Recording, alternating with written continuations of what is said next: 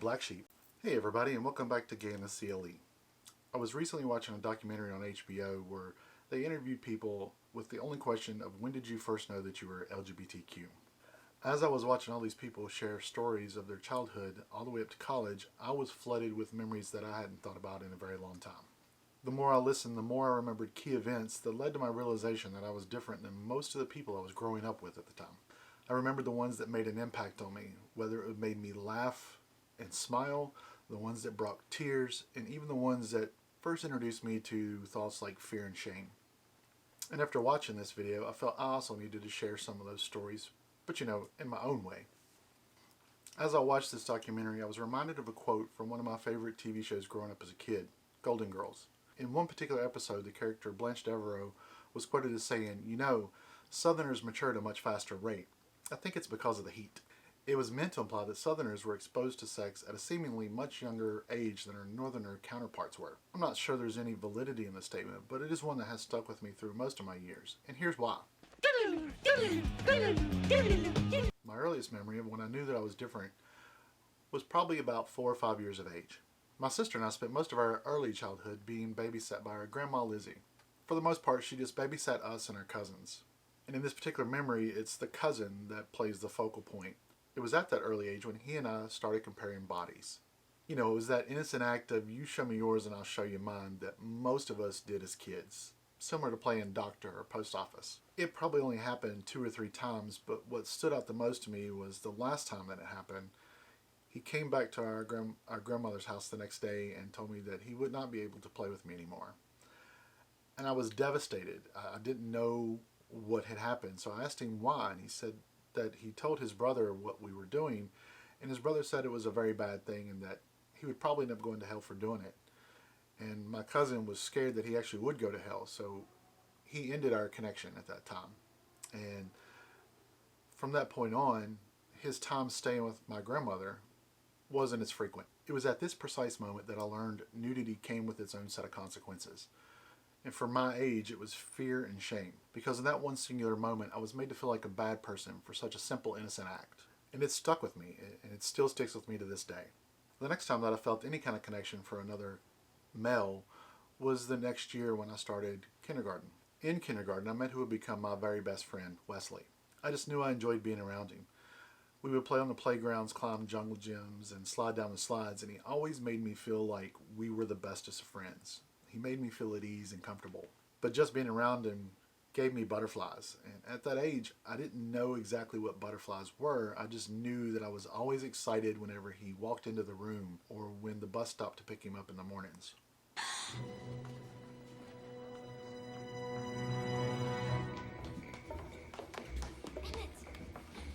He's gay. He was always kind to me, and because of that, I always wanted to be with him. He was so much different from me and anything that I knew up until that point of my life. I came from a very poor country family, and Wesley came from a more richer family that lived in town.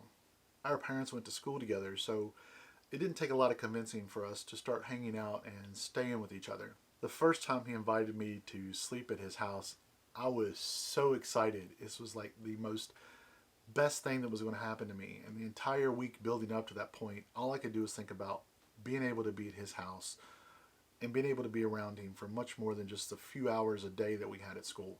Wesley had all the toys that every young boy would ever want to play with. His walls were covered with posters of all the popular cartoons that we liked or bands that we sort of listened to at that young age. He had tape decks and record players to constantly play music. And the first night that we were there together, we stayed up to the wee hours of the morning just talking about everything and playing with toys and just being 2 kids. The next day his mother took us to the lake to spend a day on the beach, and I just remember praying that the day wasn't going to end and that I knew as soon as it was over that my mother would be coming to pick me up. So all I wanted to do was to get lost in that day and just spend more time with him. The next year would have been first grade, and I don't remember the exact time frame. I do remember that we were all called to the gymnasium/cafeteria for an assembly. This assembly was one that only the boys got to go to, so it kind of felt like an exclusive party. We all came in, they all set us down, and in walks a guy in a uniform. And immediately I was transfixed. Hello, Scouts! And the uniform was from someone who was a scoutmaster. And the entire assembly was about joining Cub Scouts.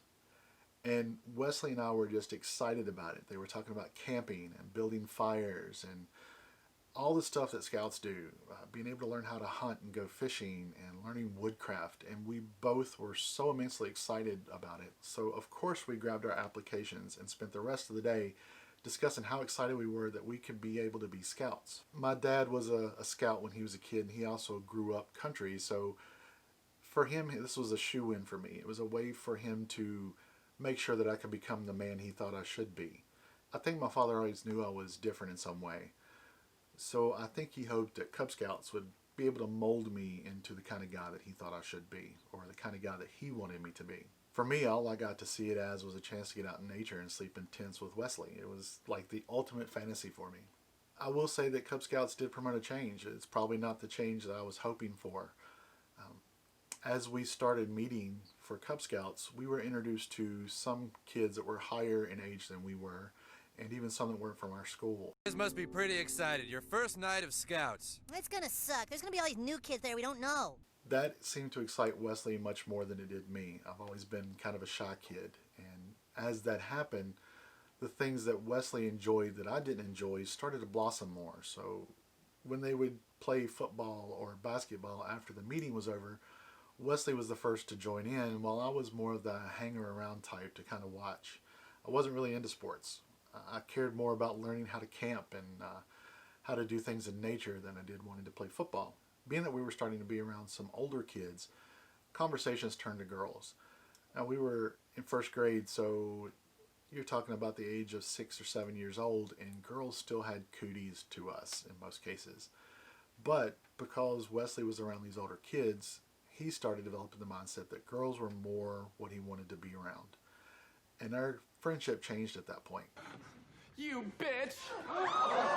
As he played more sports with these older boys and they talked about girls, I felt rejected and felt that I'd been passed over for somebody else. This was probably the moment in my life that I learned if I'm going to fit in and be around the kind of people I like, then I have to pretend to be something that I'm not. It never felt right talking about girls, but at least it got me back into the circle of friends that we had and allowed me to be a lot closer to Wesley. As these memories flooded back to me, I realized that these were the same kind of stories that the people in this documentary were sharing. I knew the heartbreak that they were talking about and the awkwardness that they felt. This just resonated with me. I struggled, as so many of them did, to hide who they actually were from the rest of the world for fear of rejection or, worse, being bullied and tormented. That's when memories of my second grade year came flooding back to me. And these were probably the most influential in what I dealt with as a young child. In second grade, this is when I developed what I would truly consider my first real crush on another guy. Unfortunately, this other guy was my teacher, Mr. Woods. And to this very day, I can still almost remember every detail of Mr. Woods. To my young eyes looking up at him, he appeared to be a mountain of a man with this really thick black hair on his head and a full beard and mustache that would arch in just the quirkiest of ways when he would smile. I got some dreams. Oh, somebody get me a glass, because I just found me a tall drink of water.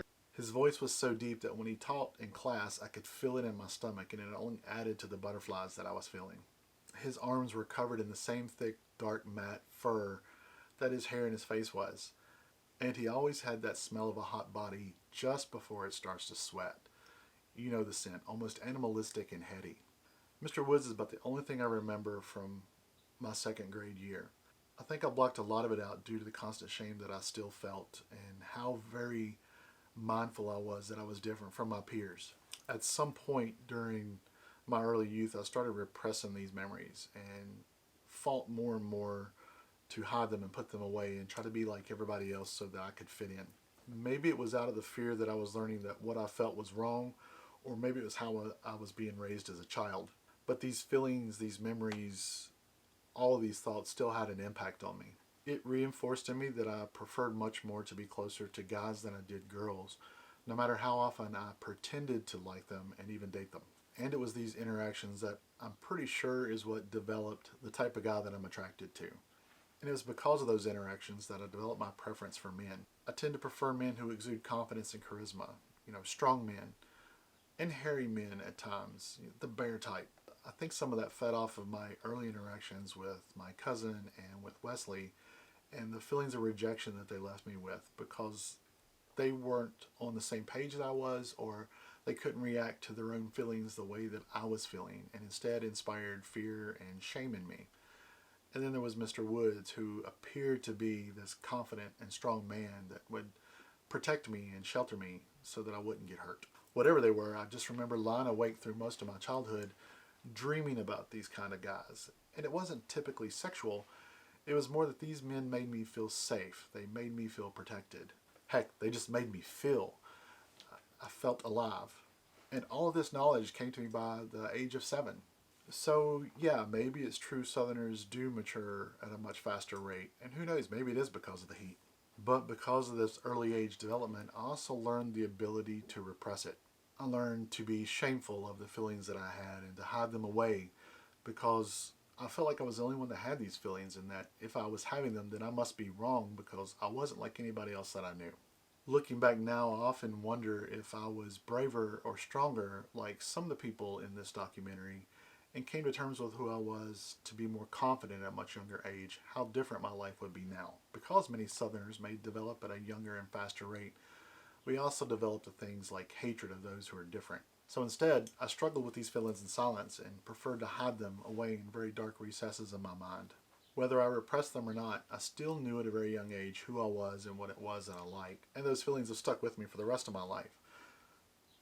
And they've opened up and came out as I've become much more confident and nurturing to the wounded kid that still lives inside of me. So that's it. That's when I knew I was gay. Hit me up in the comments section below and let me know when you first realized that you're gay. If this is your first time on my channel, please make sure you click the subscribe button. Also go ahead and click that notification bell so that anytime I put up new videos, you'll know when they're actually coming out. If you've been here before and you like this video, give it a big old thumbs up. If you didn't like it, comment below and tell me what it is about this video you didn't like. Share your opinions and see if I can make the next one better for you. I appreciate each and every person who watches my videos. I try to put these out to share my knowledge or my experiences so that it may help somebody else in the future. If you ever want to follow anything else I do, you can find me on Twitter at RuleGayPagan. You can find me on Instagram, and it's one I'm starting to learn to use a little bit more, at RealKeithSimpkins. Most importantly, make sure you check out my blog. That's GayintheCLE.com. There you will find things more about gay history, gay rights, voting, politics, fun music that I listen to, anything that has to do with the LGBTQ culture you'll find on my blog. You can always hit me up in email. You'll find that below in the description of this video. And once again, thank you guys for joining. Catch you next time. La la la.